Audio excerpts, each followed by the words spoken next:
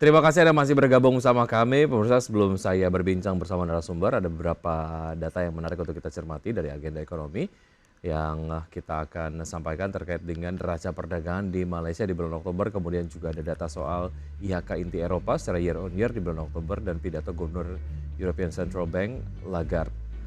Dan dari agenda emiten pemirsa, ada SMDM dan LPCK menggelar RUPS, kemudian IV, dividen tunai, Aksio, DPS dividen tunai, KMDS, DPS dividen tunai, kemudian FWCT, ex dividen tunai. Dan berikut kita akan simak pembukaan dari bursa-bursa utama Asia di pagi hari ini.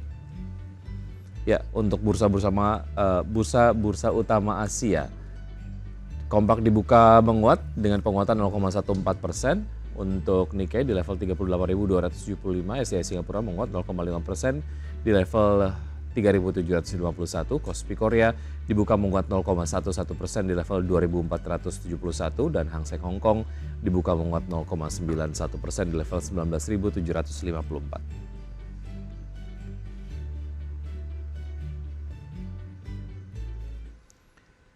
Ya, dan pemirsa sudah tersambung melalui video conference untuk berbincang bersama kami ada Bapak Muhammad Nafan Aji Gusta Utama, Senior Market Analyst Mirae Aset Sekuritas Indonesia. Selamat pagi Pak Nafan. Selamat pagi Mas Wiki, selamat pagi pemirsa Hidayat Channel. Baik, terima kasih sudah bergabung bersama kami Pak Nafan. Kita pagi hari Sama-sama. ini akan membahas beberapa saham yang nampaknya ini mendapatkan perhatian yang cukup intens gitu dari Ya, para betul. investor. Tentu Hmm. saja terkait dengan saham DAAZ atau DAAS yang tancap gas melesat Hmm. 250% sejak IPO. Apa yang kemudian membuat investor cukup berselerat terhadap emiten yang satu ini, Pak Nafan, menurut Anda, dan apa rekomendasinya?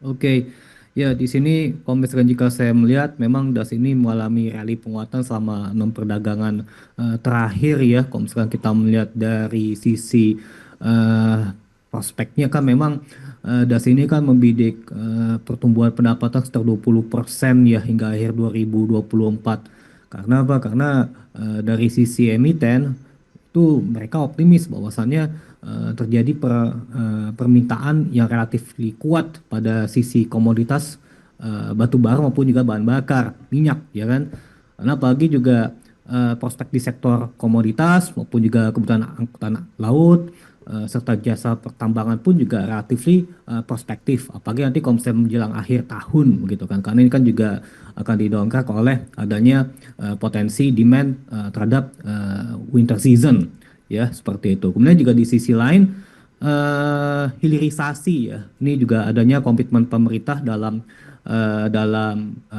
mengimplementasikan hilirisasi menjadi bagian dari industrialisasi, itu juga tentunya akan membuat prospek kinerja DAS ke depan pun juga relatif bisa progresif begitu. Ya paling tidak kalau misalnya untuk kedepannya, misalnya kalau untuk memperkuat performa kinerja terutama top line terlebih dahulu, kalau bottom line kan sebenarnya kalau harga komoditas kan relatif lagi melandai ya begitu kan, relatif melandai itu komoditas dunia. Ya paling DAS ini harus melakukan ekspansi bisnis ya, terutama Hmm. bagian dari anorganik begitu kan, melalui akuisisi berbagai perusahaan begitu. Jadi sehingga nanti kedepannya kalau misalnya kinerja average selling price maupun juga top line yang meningkat, kemudian juga harga komoditas dunia juga relatif meningkat, sehingga nanti kedepannya misalnya di tahun depan ya, ya Hmm. sosial untuk kinerja laba bisa relatif tumbuh. Karena kalau Hmm. saya jika saya melihat dari sisi eh, prospektusnya untuk sama 4 bulan ya, 8,4 bulan, bulan keempat maksud saya, itu masih tercatat net loss ya. Kalau saya maksudnya pertumbuhan eh, mengalami penurunan pertumbuhan net income ya Baik. seperti itu. Baik, artinya secara proyeksi untuk DAS sendiri diproyeksikan akan terus melanjutkan penguatan, apalagi kalau kita lihat dari proyeksi pergerakan harga komoditas sendiri begitu ya, specifically batu Mm-mm. bara. Oke, sudah Baik. kemahalan kalaupun mau masuk sekarang atau seperti apa, Pak Nafan?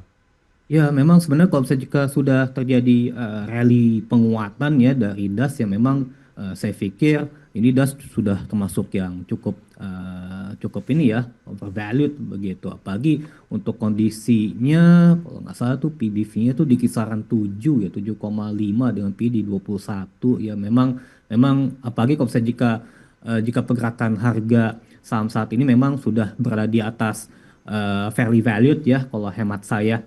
Paling kita mengandalkan candlestick pattern, misalnya kalau saat ini candlestick patternnya lebih relatively rally, konsisten bentuk pola Marubotsu, long white Marubotsu candle, dan juga kalau secara bear pattern dia tuh membentuk pola upward bar, ya semestinya sih kalau menurut saya ini lebih lebih cenderung hold ya kalau menurut saya tuh Hmm. begitu. Oke, untuk yang sudah punya hold, kemudian Ya untuk yang belum betul. punya jangan dulu masuk begitu ya karena harganya kemahalan, level terakhir ada di level 3.330 untuk DAS. Iya betul Oke. sekali. Dari DAS kita akan bergeser ke Adaro, Pak Navan, ini terkait Mm. dengan pembagian dividen 41,7 triliun rupiah dan Adaro berubah nama menjadi Alam Tree Resources begitu ya. Tanggapan Anda seperti apa? Mungkin terkait dengan perubahan ini tidak terlalu kemudian signifikan, tapi terkait dengan pembagian dividen ini begitu ya, yang nampaknya mempengaruhi excitement investor sendiri terhadap Adaro. Iya, memang kalau misalkan kita melihat kalau terkait dengan dinamika pembagian dividen, ini kan sebenarnya membuat harga saham Adro kan sudah relatif dalam keadaan eh, mulai terjadi major sideways ya, kalau saya akui dari sebelumnya terjadi uptrend, karena memang untuk kalau saya melihat ini dinamika pergerakan harga saham Adro ini kan tentunya kan terlepas dari adanya efek pelepasan ADI terhadap Adro, ya kan. Misalnya kalau misalkan jika dari sisi balance sheet, tentunya Adro mengalami total asetnya, mengalami penurunan pada sisi total aset, begitu kan, di kisaran 17%. Kemudian juga total ekuitas pun juga mengalami penurunan pula, begitu. Kemudian juga kalau misalkan kita melihat dari ini ya, dari income statement, ini ternyata Adro mengalami penurunan baik itu revenue, EBITDA misalnya ya. Oke, tapi setidaknya kalau terkait dengan perubahan Adaro ya, yang menjadi emiten yang lebih fokus kepada renewable energy ya, ini tentunya akan terjadi shifting daripada prospek bisnis Adaro ke depan begitu ya, Hmm, lebih mengandalkan eh, renewable energy ya. sebagai bagian daripada green economy dalam rangka untuk mewujudkan sumber pertumbuhan Mhm. ekonomi baru begitu. Baik. Di tengah pembagian dividen dari Adaro sendiri yang menarik adalah Adaro sendiri pergerakan sahamnya di satu minggu terakhir melemah Lemah 3,14 betul. persen Mm, dan satu bulanan melemah 0,8% mm, begitu. Nah, ya. melihat ini apa rekomendasi Anda untuk Adaro, Pak Navan? Artinya ketika Mm, ada model bisnis yang shifting begitu ke sektor yang nampaknya menjadi sebuah tren global begitu ya. global. Bagaimana Anda melihat proyeksi ke depan untuk Adaro sendiri? Oke, untuk sementara ini Adro memang sebenarnya sudah mencapai wave 5 ya, Hmm. ketika peaknya itu kan berada di kisaran 4.300 ya. Itu pada awal November yang lalu. Ya, saat ini sepertinya mulai terjadi corrective wave, tapi ini menariknya Adro nih, walaupun corrective wave itu relatively dalam sideways dengan support itu di kisaran antara 3.580 hingga 3.540. Jadi dia tuh harus menguji ke support tersebut sebagai wave A terlebih dahulu.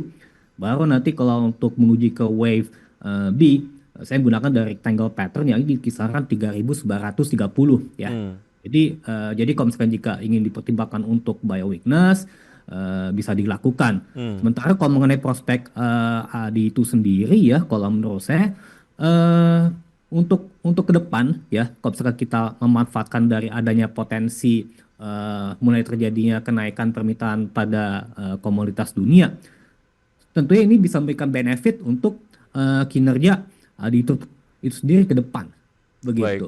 baik. Jadi Adaro juga sebenarnya dinilai menarik di tengah proses IPO Adaro andalan begitu. Tapi kemudian banyak yang melihat harga AAD sendiri ini kurang bersahabat buat retail, Pak iya Navan. betul. Bagaimana menurut Anda? Iya betul, memang kalau misalkan kita melihat ternyata ini ya, kalau misalkan dari research kami ini valuasi AD ini memang memang berada di kisaran 1,3 hingga 1,7 kali P ratio ya. Oke. Sejauh ini kalau misalkan kami melihat itu AAD ini memiliki rasio keuangan yang cukup sehat, profitabilitas yang baik ya.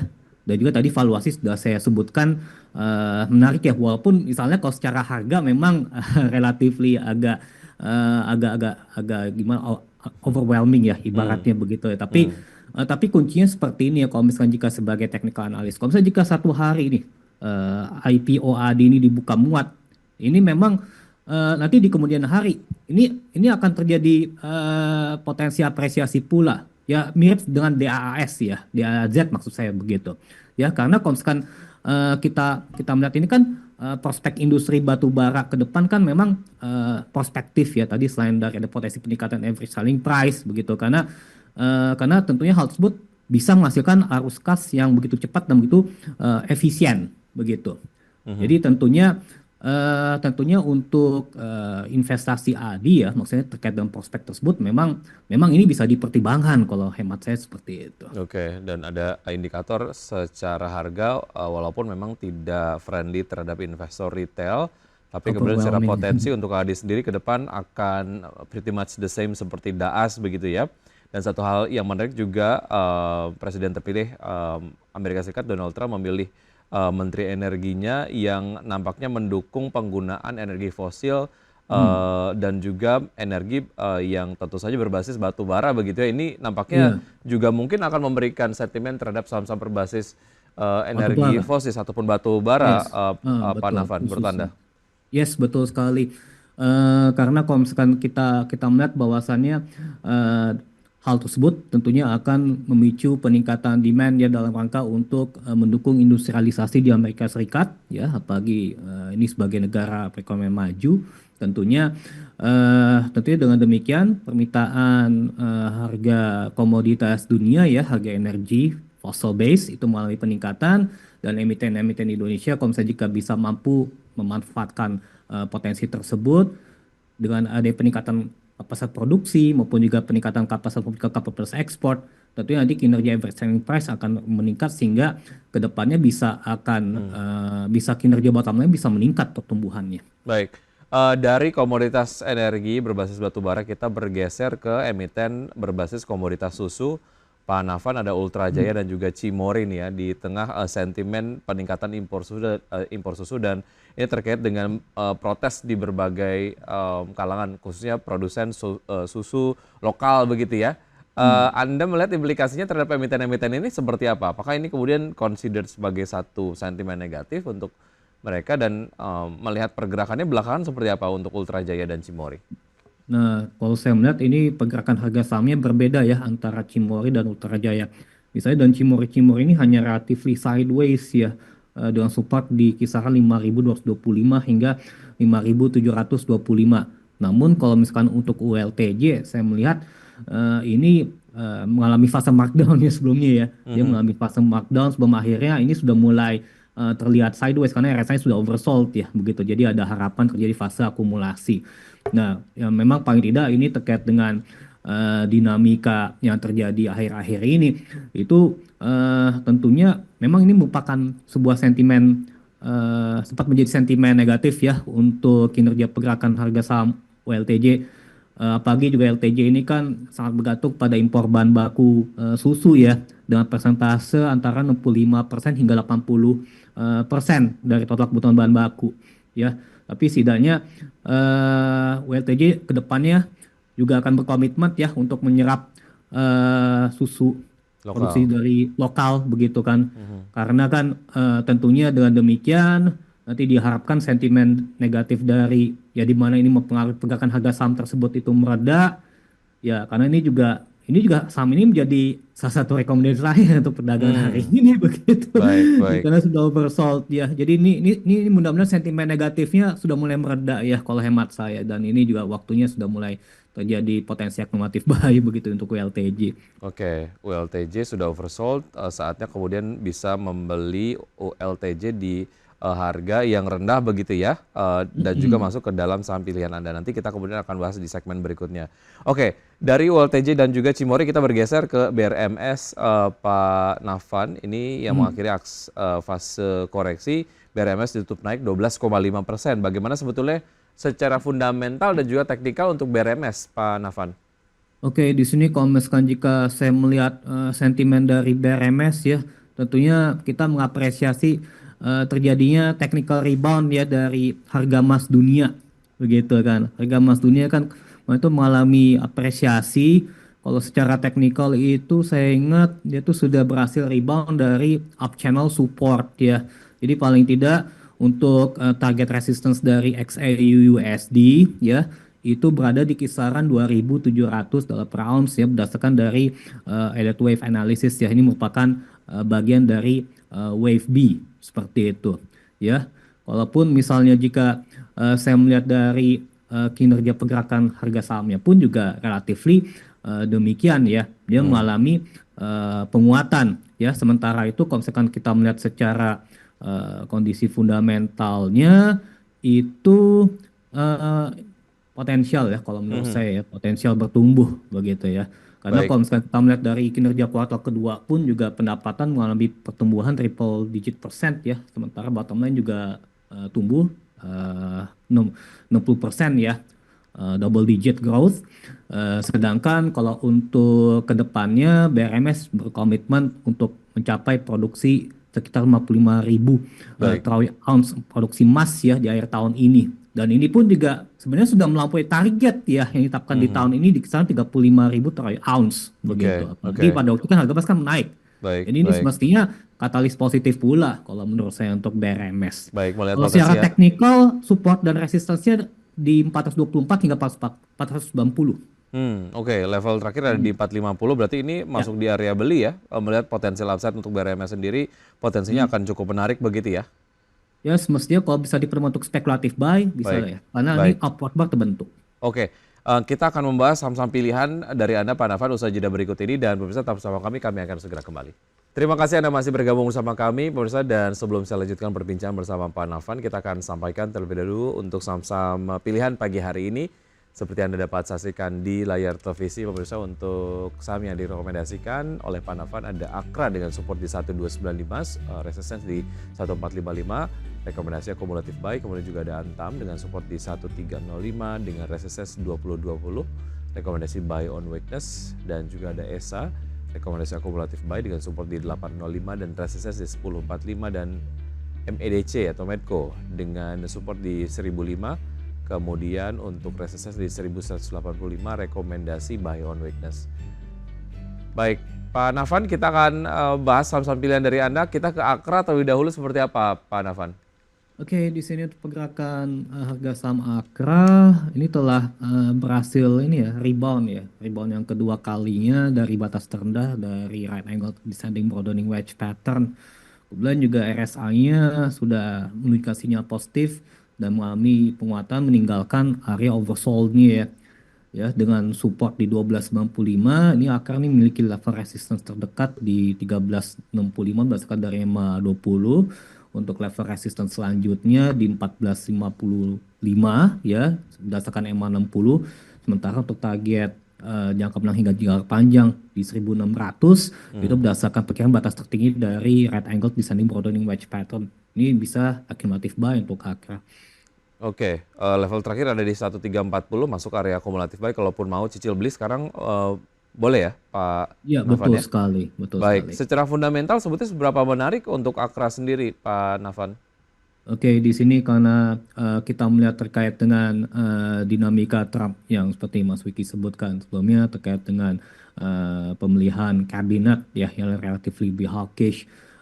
Tentunya ini juga ini bisa meningkatkan potensi demand ya terhadap harga komoditas energi termasuk minyak, belum lagi juga OPEC Plus juga berkomitmen untuk membatasi produksi atau output minyak ke depannya. Sehingga tentunya ini akan menjadi suatu katalis positif untuk Akra ke depannya. Begitu.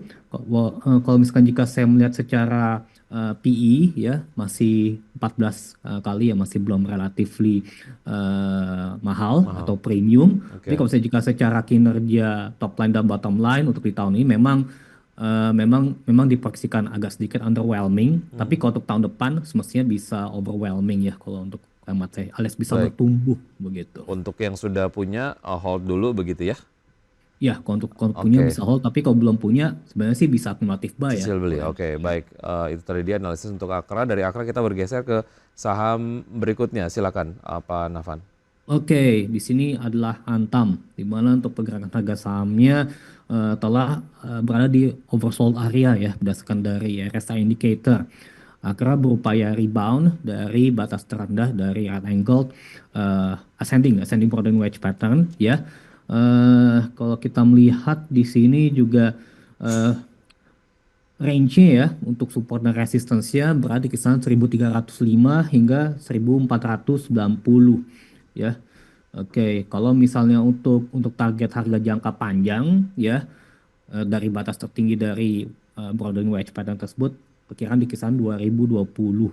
Hmm, Itu potential upside bisa 44,8% dari current price ya. baik. Sebenarnya Antam bisa diterima untuk buy weakness. Baik, beberapa waktu yang lalu banyak yang mencari emas batangan Antam, tapi kemudian jarang ditemui begitu. Sebetulnya ini adalah sebuah sentimen yang positif atau negatif sebetulnya, Pak Nafan, mungkin bisa dikategorikan sebagai ataupun diterjemahkan sebagai satu hal yang mencerminkan kebutuhan masyarakat terkait dengan emas yang meningkat dan ini akan menguntungkan Antam atau seperti apa? Ya, sebenarnya kalau misalkan jika kita melihat tren permintaan emas batangan ya ke depan, karena kan emas ini kan dianggap sebagai aset yang bersifat safe haven ya, instrumen safe haven daripada para pelaku masyarakat tentunya. Sehingga ini kenaikan permintaan harga emas batang antam tersebut tentunya juga mempengaruhi kenaikan kinerja top line mereka ya di kuartal ketiga khususnya begitu. Cuma Mhm. masalahnya karena terjadi peningkatan dari sisi CO gas yang begitu signifikan ya, ini kinerja bottom line-nya mengalami penurunan ya, mengalami penurunan dari sisi pertumbuhan ya. Masih masih relatively profit ya, tapi profitnya menurun begitu ya. Tapi Baik, paling tidak dengan kondisi pergerakan harga saham saat ini Antam memiliki PBV di 1,2 kali dan P di hampir 12 kali. Sudah relatively di bawah fairly valued ya kalau secara baik dari sisi fundamental dan teknikal. Ya maka dari itu ini semestinya bisa dicermati, dipertimbangkan baik, untuk accumulative buy. baik. Dari Antam kita ke ESA seperti apa, Pak Nafan? Oke, di sini kalau untuk pergerakan harga saham ESA ini telah berhasil rebound ya untuk kedua kalinya dari batas terendah dari up channel. Di sisi lain RSI berpotensi membentuk pola golden cross ya. Jadi ini bisa diperlukan untuk accumulative buy, support di 805, kalau resistance terdekat di 560 yakni di 890. Kemudian untuk target jangka menengah hingga jangka panjang adalah di kisaran 1000 lebih tepat 1040 ya dan potential upside di 23,81. Ini perkiraan dari batas tertinggi dari up channel. Bisa juga Baik, 1045 juga begitu. baik. Itu dia analisis untuk saham-saham yang direkomendasikan. Kemudian ada Medco seperti apa? Nah, di sini untuk pergerakan harga saham Medco, ini sebenarnya sudah oversold ya dari sisi RSI indicator. Kemudian juga di sisi lain, ini Medco ini sudah mulai berada di wave 3 ya. Ya, karena memang sudah berada di Fibo extension pada 101,8%. Ya, semestinya ada potensi terjadi rebound atau pullback ke wave 4 paling maksimumnya di level 1185 sebagai target price. Baik, Sebenarnya target price terdekat di 1135. baik. Itu Support di dia saham-saham 1005. yang direkomendasikan oleh Pak Nafan di pagi hari ini. Pemirsa ada Akra, kemudian juga Antam, ESA, Medco dengan rekomendasi masing-masing akumulatif buy on weakness, akumulatif buy dan juga buy on weakness. Sebelum kita akhiri kita akan simak terlebih dahulu data pembukaan ataupun mungkin pergerakan dari IHSG di pembukaan sesi 1 di hari ini. Pemirsa, seperti Anda dapat saksikan di layar televisi kami Pestro dari RTI, sejauh ini bergerak menguat di level 7.159,809, menguat 0,34%. Dan saham-saham yang masuk ke dalam jajaran top gainers diantaranya adalah ada Telkom, Gotoh, PSAB, United Tractors, kemudian juga ada Naik, Raja, Isat, ANTM, Medco, dan juga TINS. Dan berikutnya top losers ada TPIA, CMNT, DSSA, SSIA, Mika, SPRE, NCKL, Baja, Jawa, dan juga Inet. Baik, Pak Nafan, terima kasih sudah bergabung bersama kami di Market Buzz. Semoga apa yang Anda sampaikan dapat menjadi sumber informasi dan juga referensi untuk pelaku pasar di tanah air. Sukses dan juga sehat selalu untuk Anda, Pak Nafan. Sampai jumpa. Terima kasih Mas Wiki, sukses selalu untuk IDX Channel. Baik, terima kasih.